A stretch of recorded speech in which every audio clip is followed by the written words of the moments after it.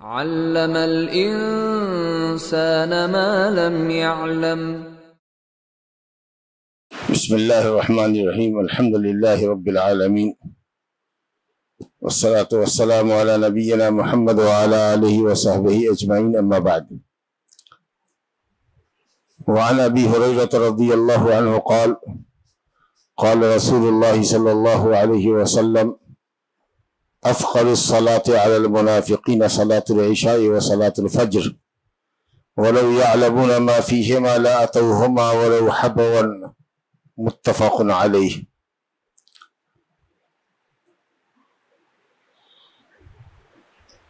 باب صلاۃ الجماعہ والامامہ کا چل رہا ہے. بلوغ المرام سے دو حدیثیں ہم نے پڑھی تھی جس میں باجماعت نماز پڑھنے کی فضیلت بیان کی گئی تھی، اور یہ کہ جو لوگ بغیر عذر کے مسجد میں آ کر مرد حضرات باجماعت نماز نہیں ادا کرتے، نبی صلی اللہ علیہ وسلم نے ارادہ کیا کہ ان کے گھروں کو جلا دیں. سے معلوم ہوا کہ جماعت سے نماز ادا کرنا واجب ہے. اسی سلسلے کی یہ تیسری روایت ہے، ابو ہریرہ رضی اللہ عنہ سے روایت ہے اور بخاری مسلم کی روایت ہے. ابو ہریرہ رضی اللہ عنہ کہتے ہیں کہ رسول اللہ صلی اللہ علیہ وسلم نے فرمایا اثقل الصلاۃ علی المنافقین، سب سے زیادہ بوجھل، سب سے زیادہ شدید نماز منافقوں کے اوپر عشاء اور فجر کی ہے. نماز جو 5 وقت کی ہے اس میں سب سے زیادہ بوجھل نماز، مشکل نماز منافقوں پر عشاء اور فجر کی ہے. اور کاش کہ یہ لوگ جان لیتے کہ ان دونوں نماز کی حاضری کا کیا ثواب ہے، ان دونوں نماز میں حاضر ہونے کا کیا ثواب ہے اور پیچھے رہ جانے کا کیا گناہ ہے، تو دونوں نمازوں میں حاضری کے لیے ان کو اگر بچوں کی چال چل کے آنا پڑتا، جو بچے پاؤں پر چلنے سے قبل 2 ہاتھ اور 2 گھٹنوں کے بل جو چلتے ہیں، 2 ہاتھ اور 2 گھٹنوں کے بل بچے چلتے ہیں نا، جب وہ 6 مہینے 7 مہینے 8 مہینے کے ہو جاتے ہیں تو اپنے ہاتھ اور گھٹنوں پر چلتے ہیں، اس طرح سے چل کے وہ آئے.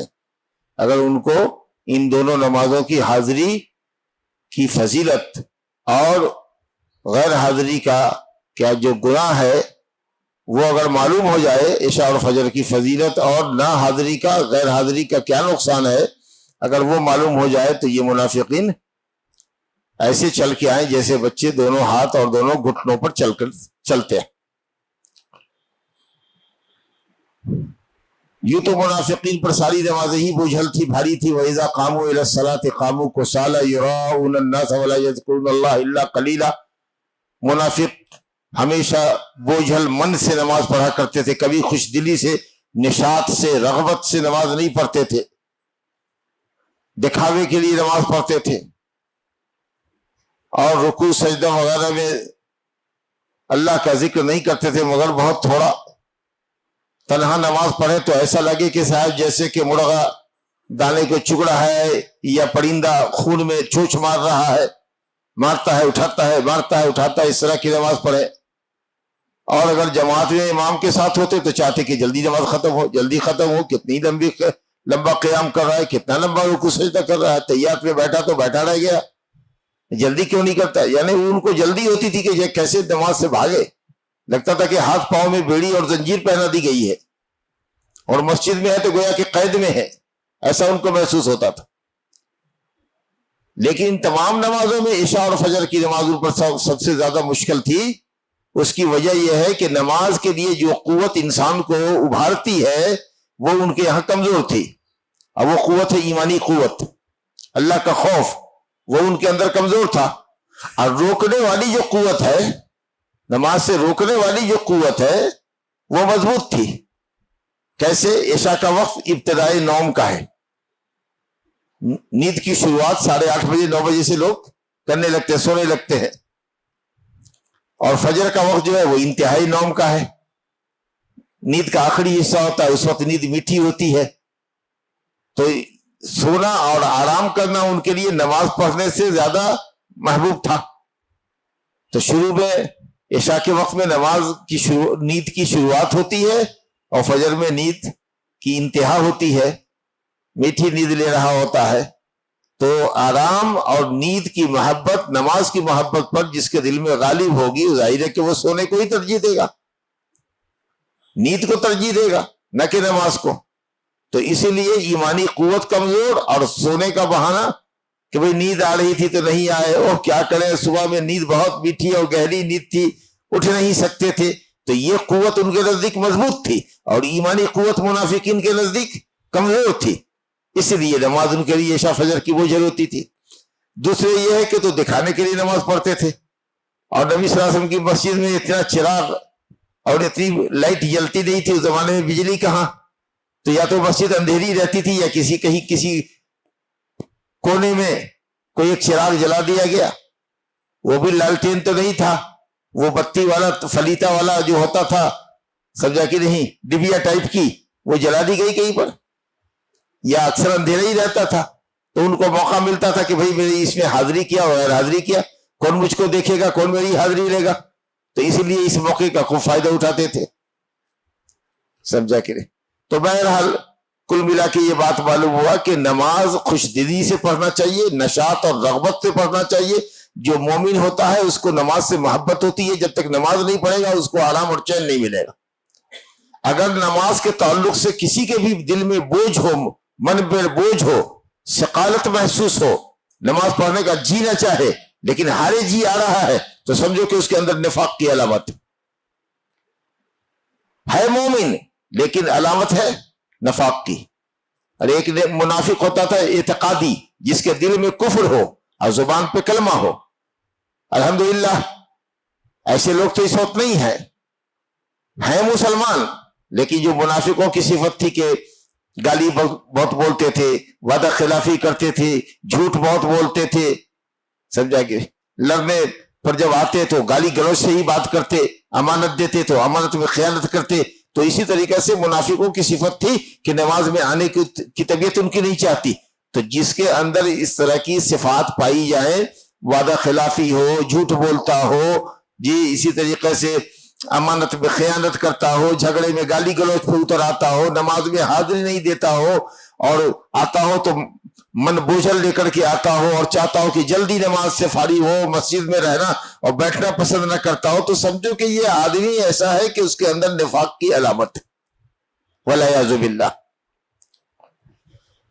دوسری حدیث ہے جس سے جماعت کا وجوب آپ سمجھ سکتے ہیں بآسانی، یہ بھی حضرت ابو ہریرہ رضی اللہ عنہ سے روایت ہے، کہتے ہیں کہ اتى النبی صلی اللہ علیہ وسلم رجل اعمى، نبی صلی اللہ علیہ وسلم کی خدمت میں ایک اندھا شخص آیا، نابینا شخص آیا۔ مبہم ہے کون تھا نابینا پتہ نہیں، اور اس میں زیادہ دلچسپی بھی نہیں رکھنی چاہیے کہ وہ کون آدمی تھا۔ جو شرعی حکم ہے اس سے اپنے کو مطلب ہے، شریعت کا کیا حکم ہے، پرسن کون تھا، آنے والا کون تھا، اس کی تفصیل نہیں ہے۔ تو کوئی ایک شخص نابینا آیا اور اس نے کہا یا رسول اللہ لیس لی قائد یقودنی الی المسجد، میرا کوئی قائد نہیں ہے جو مجھ کو مسجد تک قیادت کرے، مجھ کو مسجد تک پکڑ کر لے آئے، مجھ کو راہ دکھائے۔ قائد وہی ہوتا ہے جو راہ دکھائے، تو مجھ کو راہ دکھانے والا، ہاتھ پکڑ کے انگلی پکڑ کر کے چلا کر کے لے کر مسجد تک پہنچا دینے والا کوئی بھی نہیں ہے، تو میرے لیے اجازت دے دیجئے کہ میں گھر میں نماز پڑھوں۔ ویسے بھی آپ جانتے ہیں کہ مدینہ پتھریلا علاقہ تھا، پتھر کے ٹکڑے سب جہاں تہاں پڑے رہتے تھے، اندھا آدمی ہے، ٹھیس لگے گا، پاؤں سے ٹکرا جائے گا پتھر میں، منہ کے بل گر جائے گا، پیٹھ کے بل گر جائے گا، تکلیف پہنچ سکتی ہے۔ اور زمین بھی مسطح نہیں تھی، سڑک بھی مسطح نہیں تھی، اوپر کھبڑ زمین تھی، اور حشرات الارض، کیڑے مکوڑے، سانپ بچھو بھی بہت دوڑتے تھے مدینے میں اس زمانے میں۔ تو اس لیے کہا کہ صاحب آپ ہمیں رخصت دے دیجئے کہ ہم گھر میں نماز پڑھ لیں۔ تو آپ نے رخصت دے دی، کہا ٹھیک ہے گھر میں پڑھ لو۔ پھر جب وہ پیٹ پھیر کر جانے لگا، جی نبی صلی اللہ علیہ وسلم سے بھی بڑی کوئی ہستی ہو سکتی ہے، لیکن صحابی جا رہے ہیں پیٹ پھیر کر، نبی صلی اللہ علیہ وسلم کو پیٹ دکھا کے جا رہے ہیں، آئے گفتگو کیا اور چلتے رہے، جس رخ پہ جا رہے ہیں ادھر ہے۔ آج کل جو پیروں کے یہاں دیکھیے گا، جاہل پیروں کے جو مرید ہوتے ہیں، پیر بھی جاہل اور مرید بھی جاہل، وہ دیکھیے گا کہ الٹے پاؤں پیچھے ہٹ رہا ہے، حضرت کو پیٹھ کیسے دکھائے، قبروں پر جائے گا، معلوم نہیں کہ اس میں آدمی دفن ہے کہ جانور دفن ہے، اور آدمی میں بھی کس طرح کے عقیدے کا آدمی دفن ہے، اور چاہے کتنا بھی بزرگ ہو تو اس کو ہمارے دعا اور اس کو ہمارے سلام کی اور دعا کی اس کو ضرورت ہے. وہ جب تک قبر میں ہے قیامت تک اللہ کی اجازت کے بغیر وہ کسی کے بھی حق میں سفارش نہیں کرے گا. وہاں یہ الٹے پاؤں لوٹتے ہیں. مسجد میں آوے تو الٹے پاؤں نہیں لوٹتے، کعبہ جائیں تو الٹے پاؤں نہ لوٹیں. مسجد نبوی میں چونکہ روضہ شریف سامنے ہے تو اس لیے الٹے پاؤں لوٹنے کی کوشش کرتے. سمجھا کہ نہیں؟ تو پولیس اگر دیکھے ان کو، اور حیات امر بالمعروف والنہی عن المنکر کے لوگ دیکھیں جو بھلائی کا حکم دیتے ہیں برائی سے رکھتے ہیں، ڈنڈا رکھیں، 4 ڈنڈا ان کی چوتر پر مارے. نبی صلی اللہ علیہ وسلم کے سامنے صحابی الٹے نہیں لوٹ رہا ہے، پیٹھ دکھا کے لوٹ رہا ہے. گفتگو کیا، اپنا جس رخ پہ جا رہا ہے ادھر چہرہ ہے، پیٹھ نبی کی طرف ہے. اور یہاں غیر نتو خیرے کے یہاں لوگ اٹھ لے، پاؤں دھوتے، ہاتھ دھوتے، پاؤں چھوتے تبرک کے لیے، اور حضرت سے ہاتھ ملا کے الٹے پاؤں لوٹ رہے.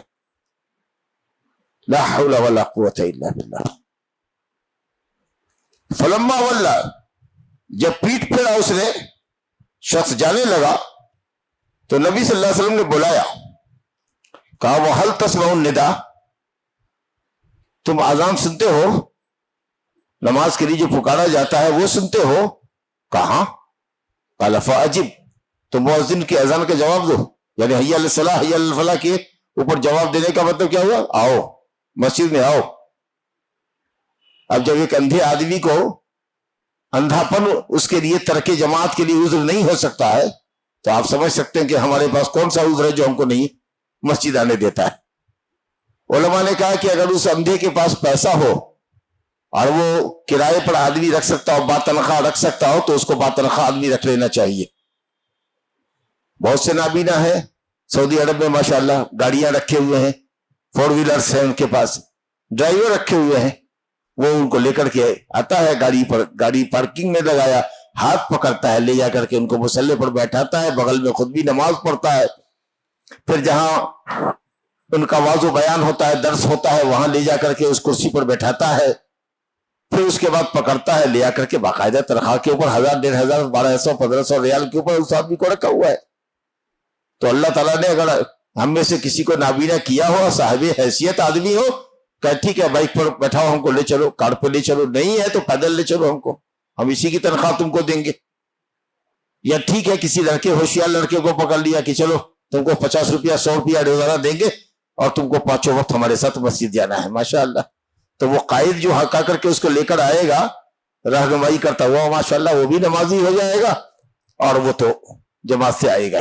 تو اگر پیسہ ہو تو اس کا انتظام کرنا چاہیے، نہ یہ کہ بہانہ بازی کر کے گھر میں نماز پڑھ لینا چاہیے، یا یہ سمجھنا چاہیے کہ چلو ہم گھر میں جماعت کر لیا تو ہو گیا. نہیں، جماعت مطلوب ہے مسجد کی جماعت، اور ثواب جو 27 گنا ہے وہ مسجد کی جماعت کا. اللہ یہ کہ بہت دور مسجد ہو، بہت دور مسجد ہوا، جو آپ کے گھر سے قریب ہو وہ اہل بدعت کی قبوریوں کی مسجد ہو جہاں نماز پڑھنا آپ کے لیے ان کے پیچھے جائز نہیں ہے، اور میلوں آپ کو جانا ہے اور کوئی سواری بھی آپ کے پاس نہیں ہے اور آتے جاتے بہت سارا وقت آپ کا لگ جاتا ہے، تو انشاءاللہ اگر گھر میں آپ نماز پڑھ لیں گے تو شاید اللہ تعالیٰ آپ کی مجبوری کو دیکھے اور آپ کو جماعت کا ثواب دے دے، تو اور بات ہے. تیسری حدیث دیکھیے، وعن ابن عباس رضی اللہ عنہ عن النبی صلی اللہ علیہ وسلم قال، نبی صلی اللہ علیہ وسلم سے حضرت ابن عباس رضی اللہ عنہ روایت کرتے ہیں، آپ نے فرمایا من سمع النداء، جس نے پکار سنی، اذان سنی، فلم یاتی، اور وہ فلم یاتی نہیں آیا، مسجد کو نہیں آیا، فلا صلاۃ لہ الا من عذر، تو اس کی نماز نہیں ہوگی سوائے اس کے کہ اس کے پاس عذر ہو. یہ حدیث ابن ماجہ دار قطنی وغیرہ میں آئی ہے، لیکن علماء کا اختلاف ہے کہ یہ حدیث مرفوع ہے یا موقوف ہے. نبی صلی اللہ علیہ وسلم کے فرمان کی حیثیت سے یہ حدیث ہے یا حضرت ابن عباس کا قول ہے؟ زیادہ صحیح یہ ہے کہ یہ حضرت عبداللہ ابن عباس کا قول ہے، اس کا موقوف ہونا راجح ہے. تو گویا کہ ابن عباس رضی اللہ عنہ بھی با جماعت نماز ادا کرنے کو فرض عین سمجھتے تھے، واجب عین سمجھتے تھے ہر آدمی کے لیے، مگر ہاں الا من عذرین، الا من عذرین، مگر عذر ہو تو ٹھیک ہے. عذر کیا ہو سکتا ہے؟ میں نے پہلے بھی گفتگو کی ہے کہ اگر آپ کے دماغ سے عذر سوچے تو آپ کچھ عذر بتائیے گا. ترک جماعت کا ہو سکتا ہے کہ شخص یہ کہیں کہ نہیں یہ تو عذر نہیں ہے، میں تو اس کو عذر نہیں سمجھتا. یہ جو عذر بتاوے تیسرا آدمی کہے کہ نہیں میں اس کو عذر نہیں سمجھتا ہوں، تو ہمارے اور آپ کے دماغ کے اوپر اور ہماری اور آپ کی سوچ اور فکر کے اوپر عذر کو نہیں چھوڑا گیا ہے، شرعی عذر ہے۔ شریعت نے کس چیز کو عذر بتایا؟ اب شریعت نے عذر کیا بتایا؟ اگر کسی آدمی کو پیشاب اور پخانے کی حاجت ہو، واش روم جانے کی شدید حاجت ہو، اور اس کو اندازہ ہے کہ شاید مسجد میں اذان ہو چکی ہے، جماعت ہونے کا وقت ہو گیا ہے، اور جب تک وہ قضاء حاجت سے فارغ ہو کر نکلا جماعت اس کی جا رہی ہے تو جاتی رہے، جماعت جا رہی ہے تو جاتی رہے، لیکن پہلے وہ اپنی قضاء حاجت پوری کرے، پیشاب پخانے کی حاجت سے فارغ ہو، تاکہ نماز اطمینان کے ساتھ خشوع خضوع کے ساتھ ادا کرے، یہ ضروری ہے۔ اسی طریقہ سے کوئی آدمی اپنے گھر میں کہیں سے آیا، 12 بجے 12:30 بجے اپنے گھر میں پہنچا، اس انتہائی تیز بھوک لگی ہے، اس نے بیوی سے پوچھا کھانا تیار ہے؟ کہا ہاں بالکل ہے، ابھی لگاتی ہوں 2 منٹ میں، اور اسے ٹیبل پر کھانا لگا دیا، اور کھانے کی شدید حاجت بھی ہے آپ کو، اور آپ دیکھ رہے ہیں کہ ادھر جماعت ہونے والی ہے، تو آپ بھر پیٹ کھانا کھا لیجئے، اگر وقت بچتا ہے تو مسجد کو جائیے، کسی رکعت میں مل سکتے ہیں تو، اور نہیں تو گھر میں نماز پڑھ لیجئے، ترک جماعت کا گناہ نہیں ہوگا۔ بارش ہو رہی ہے تو آپ کے لیے بارش عذر ہے، آپ گھر میں نماز پڑھ سکتے ہیں۔ کیچڑ والے راستے میں جب بارش ہوتی تو نبی صلی اللہ علیہ وسلم اعلان کرتے کہ کہو الا صلوا فی الرحال، گھروں میں نماز پڑھ لیتے جاؤ، گھروں میں نماز، چاہے وہ جمعہ کی نماز ہو یا کسی وقت کی نماز ہو، اگر بارش مسلسل ہو رہی ہے اور آپ آ سکتے ہیں بچ بچا کر کے، چھتری لگا کر کے، جی تو آ جائیے، نہیں آتے ہیں تو آپ گھر میں نماز پڑھ سکتے ہیں۔ اسی طرح سے کوئی خوف ہے راستے کے اندر آپ کو، آپ کی جان کا، آپ کے مال کا، جی، یا مان لیجئے کہ کوئی تندور پر بیٹھا ہوا ہے، خباز ہے، نان بائی ہے، روٹی بناتا ہے، اور اس نے اپنی روٹیوں کو تندور میں ڈال رکھا ہے، مثال کے طور پر علماء نے فقہاء نے مثال دی ہے، اور اس کو اندازہ ہے کہ اگر وہ اس کو چھوڑ کے چلا گیا تو اس کی ساری روٹیاں جل جائیں گی، اور اگر کچی نکالتا ہے تو پھر اس کی سکائی نہیں ہو پائے گی، یہاں تک اس نے اپنی ساری روٹیوں کو اکٹھا کیا اور معاملہ ہوگا کہ صاحب نماز اس کی چلی گئی، جماعت چلی گئی، تو انشاءاللہ ترک جماعت کا گناہ نہیں لگے گا۔ اتفاق سے اگر کسی شخص نے پیاز کھا لیا، کھانے میں پیاز کھا لیا، لہسن کھا لیا، منہ کی بدبو نہیں گئی، اب مسجد جانا چاہتا ہے لیکن منہ میں بدبو ہے، تو جب تک اس کی بدبو دور نہیں ہو جاتی یا اپنی بدبو کو ظاہر نہیں کرتا وہ مسجد نہ آئے۔ آپ نے فرمایا کہ جس نے من اکل من هذه الشجرہ، یعنی پیاز اور لہسن کے پیڑ کی طرف آپ نے اشارہ کر کے فرمایا کہ جس نے اس بدبودار پیڑ سے کوئی پھل کھایا تو وہ ہماری مسجد میں نہ آئے، کیونکہ فرشتوں کو اذیت ہوتی ہے ان چیزوں سے جن سے انسان کو اذیت ہوتی ہے۔ کچی پیاز، کچا پیاز، کچا لہسن یہ بدبودار ہوتا ہے۔ اسی طریقے سے بالکل سگریٹ پیے ہوئے ہیں اور ایک دم پورا بدن سگریٹ سگریٹ سگریٹ مہک رہا ہے، اور مسجد کے دروازے پر سگریٹ پھینکا اور بغیر مسواک کیے، بغیر کلی کیے ہوئے، بغیر کچھ الائچی وغیرہ منہ میں رکھے ہوئے، منہ کی بدبو ظاہر کیے بغیر سیدھے مسجد کو آ جاتے ہیں، بغل والا کھڑا ہے، سب کے اس کے جسم سے، اس کے بال سے، اس کے کپڑے تک کے اندر وہ دھواں سرایت کر جاتا ہے، تو انتہائی ایک بدبودار ماحول ہوتا ہے۔ کہو اس کو کہ باہر ہی رہ جاؤ، جو گھر میں نماز پڑھ لو۔ اسی طریقے سے کوئی کوڑھی ہے، کوڑ ہے اس کے پاس، سمجھا کہ کہو جاؤ گھر میں نماز پڑھو، کوڑیوں کے لیے یہاں نہیں ہے نماز، نہ سمجھا؟ یا متعدی امراض پھیلے ہوئے ہوں، اطباء نے تحفظ کرنے کے لیے کہا، یہ سب ہے نا وہ شریعت میں، تو اگر عذر ہے تو انشاءاللہ تعالیٰ کوئی حرج کی بات نہیں، سمجھا؟ بہرحال یہ ابن عباس رضی اللہ عنہ فرماتے ہیں، اچھا من سمع النداء فلم یأت فلا صلاۃ لہ، جو اذان سنے ان کے قول کے مطابق، ابن عباس کے مطابق، اور بغیر عذر کے اگر نہ آئے تو نماز نہیں ہوگی، نماز سرے سے نہیں ہوگی یا مکمل نماز نہیں ہوگی؟ مکمل نہیں ہوگی۔ کیوں مکمل نماز نہیں ہوگی؟ کیوں؟ ہاں 27 گنا زیادہ افضل ہے، اس کا مطلب یہ کہ تنہا نماز پڑھنے والے کی بھی نماز ہو جاتی ہے، ایک درجہ ہے اس کو، آپ جماعت سے پڑھو گے تو 27 درجہ، اور دوسری وعید بتاتی ہے کہ واجب ہے، ترک جماعت کا گناہ ہوگا، 27 گنا ثواب سے بھی معلوم رہو گے، اور ایک واجب کے ترک کرنے کا گناہ بھی ہوگا۔ تو ان تمام باتوں کی وجہ سے ہوا کہ تنہا نماز پڑھنے والے کی نماز ہو جاتی ہے، تو اس لیے یہ لا صلاۃ کمال کے لیے ہے، ذات کی نفی نہیں ہے کہ نماز کی ذات نہیں پائی گئی، یعنی نماز ہی نہیں ہوئی، اگر ذات کی نفی نہ ہو تو صحت کی نفی ہوتی ہے، یعنی نماز صحیح نہیں ہوئی، اور اگر صحت کی بھی نفی نہ ہو تب کمال کی نفی ہوتی، تو نماز بھی اس نے پڑھا ہے اور نماز صحیح بھی پڑھا ہے، تو پھر لا صلاۃ کا مطلب کیا ہوا؟ کہ نماز کامل اور مکمل نہیں ہوئی اس کی. جمہور کے قول کے مطابق جو کہتے ہیں کہ جماعت واجب ہے اس کے قول کے مطابق، اور جو کہیں گے کہ نماز شرط ہے، نماز کی صحت کے لیے جماعت شرط ہے، تو کہیں گے کہ اگر آپ بغیر جماعت کے پڑھیں گے تو نماز ہی نہیں ہوگی. حتیٰ کہ وہ کہیں گے کہ اپنے چھوٹے بچے کو لے کر کے، بیوی کو لے کر کے ہی گھر میں جماعت کر لو، تنہا نماز مت پڑھو، نماز نہیں ہوگی. بہرحال تو یہ تیسری حدیث ہو گئی. اور چوتھی حدیث جو انشاءاللہ تعالی آج کے درس کی آخری حدیث ہے، وہ ہے یزید بن اسود رضی اللہ عنہ سے روایت ہے انہو صلی مع رسول اللہ صلی اللہ علیہ وسلم صلاۃ الصبح فلما صلی رسول اللہ صلی اللہ علیہ وسلم اذا هو برجلین لم يصلیا فدعا بهما فجی بهما ترعد فرائسهما الى آخر الحدیث. یزید بن اسود رضی اللہ عنہ کہتے ہیں کہ انہوں نے رسول اللہ صلی اللہ علیہ وسلم کے ساتھ صبح کی نماز پڑھی. یہ واقعہ مینا کے اندر ہوا. مسجد خیف جو مینا کے اندر ہے، جو پہلے جمرہ کے پاس ہے، 3 پلر ہیں جن کو کنکڑی لگائی جاتی ہے، تو مینا میں جو قریب تر پلر ہے اس کے پاس مسجد ہے، مسجد خیف. اور اس کے بعد جمرہ وسطیٰ ہے، اور اس کے بعد جمرہ عقبہ ہے جو بڑا پلر ہے. تو جمرہ اولا کے پاس مسجد خیف ہے، سمجھا. تو اس مسجد خیف میں نبی صلی اللہ علیہ وسلم نے نماز پڑھائی مینا کے ایام میں. فجر کی نماز کے بعد جب سلام پھیرا تو اچانک سے نظر آپ کی پڑی کہ مسجد کے پچھلے حصے میں 2 نوجوان کھڑے ہیں جو نماز میں شامل نہیں ہوئے تھے. جیسے ہی آپ نے پھیرا ان پر نظر پڑی، سلام پھیرا ان پر نظر پڑی، تو آپ سمجھ گئے کہ یہ دونوں ہمارے ساتھ نماز میں شامل نہیں ہوئے تھے. تو آپ نے فدعا بہما، ان دونوں کو بلوایا. دعا بہما یعنی کسی کو بھیجا کہ جا کے ان دونوں کو بلا کے لاؤ. اگر دعا ہوما کہتے، دعا ہوما، ان دونوں کو پکارا، بلایا، تب تو یہ تو کہ ڈائریکٹ آواز دیتے ہیں ادھر سنو، تم دونوں ادھر آؤ، ایسا نہیں آواز دیا. دعا بہما اگر بے سلا آ جائے تو ان کو بلوایا، یعنی کسی کو کہا کہ جا کر کے ان دونوں کو بلا کر کے لے آؤ.